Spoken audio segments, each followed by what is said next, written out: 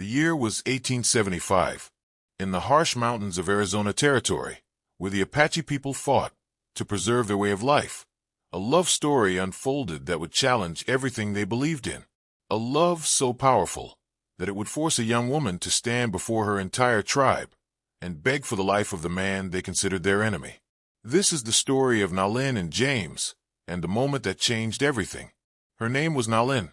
It meant maiden in the Apache tongue. She was the daughter of Cochillo, a respected warrior and elder of the Chiricahua Apache. Nalin was known throughout the tribe for two things: her fierce spirit and her loyalty to her people. In those days, the Apache were being pushed from their ancestral lands. The white settlers were coming in greater numbers. The U.S. Army had built forts across the territory. Trust between the two peoples had been shattered by years of bloodshed. It was during this time of tension that Nalin first saw him. James Sullivan was a young surveyor, sent by the government to map the territory. Unlike the soldiers and many settlers, James had come to respect the Apache people. He'd learned some of their language.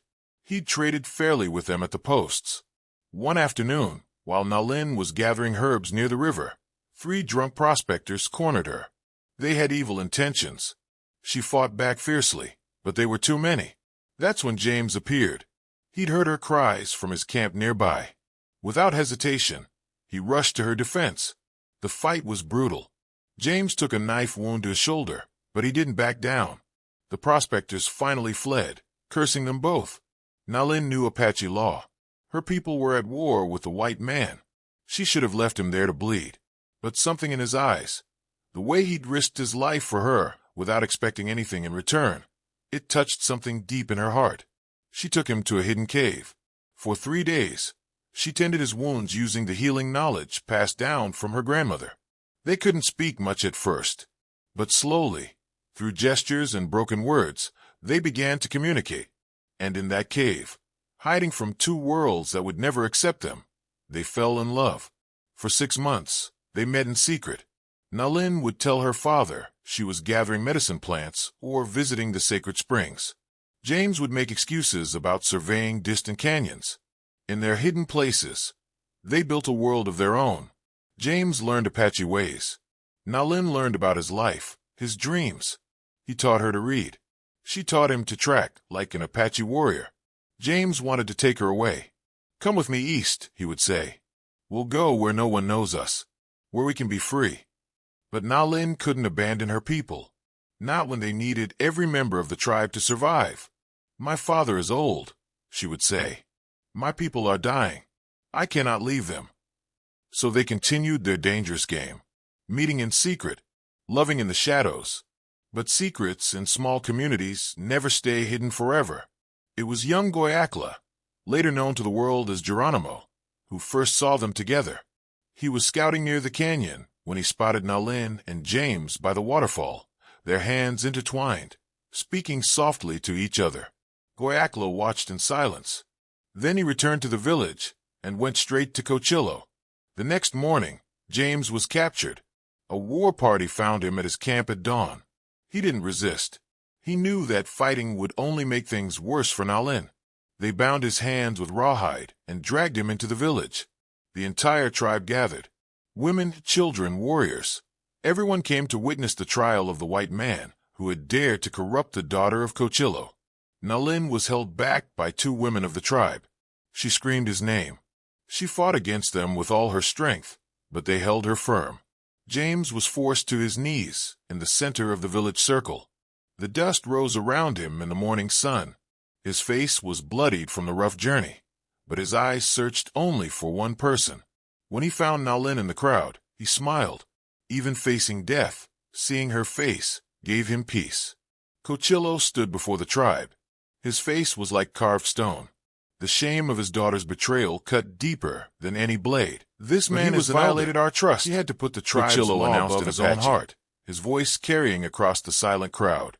"He has stolen the heart of my daughter. He has brought dishonor to our people." Goyakla stepped forward. "He must die," the young warrior declared. "Death is the only answer for such betrayal. We are at war with his people. He could be a spy. He has weakened us by turning one of our own against the tribe." Murmurs of agreement rippled through the crowd. James understood enough Apache to know what was being said. He didn't beg for his life. He simply looked at Nalin and spoke in her language, the words she had taught him. Shika and Ashnish. I love you. That's when Cochillo gave the signal. 4 warriors stepped forward with their weapons raised. The scream tore through the morning air like a lightning strike. No! Nalin broke free from the women holding her. She ran into the center of the circle and threw herself in front of James, her arms spread wide, her body shielding his. Don't kill my husband! She screamed in Apache for all to hear. The word echoed across the stunned crowd. Husband! She had called him her husband. Cochillo's face twisted in pain. Nalin, step aside. No, father. Tears streamed down her face, but her voice was strong. I will not move.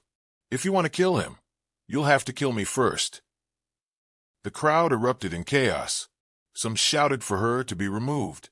Others were moved by her display of courage and love. The warriors looked to Cochillo, uncertain what to do. Nalin turned to face her people, still standing between them and James.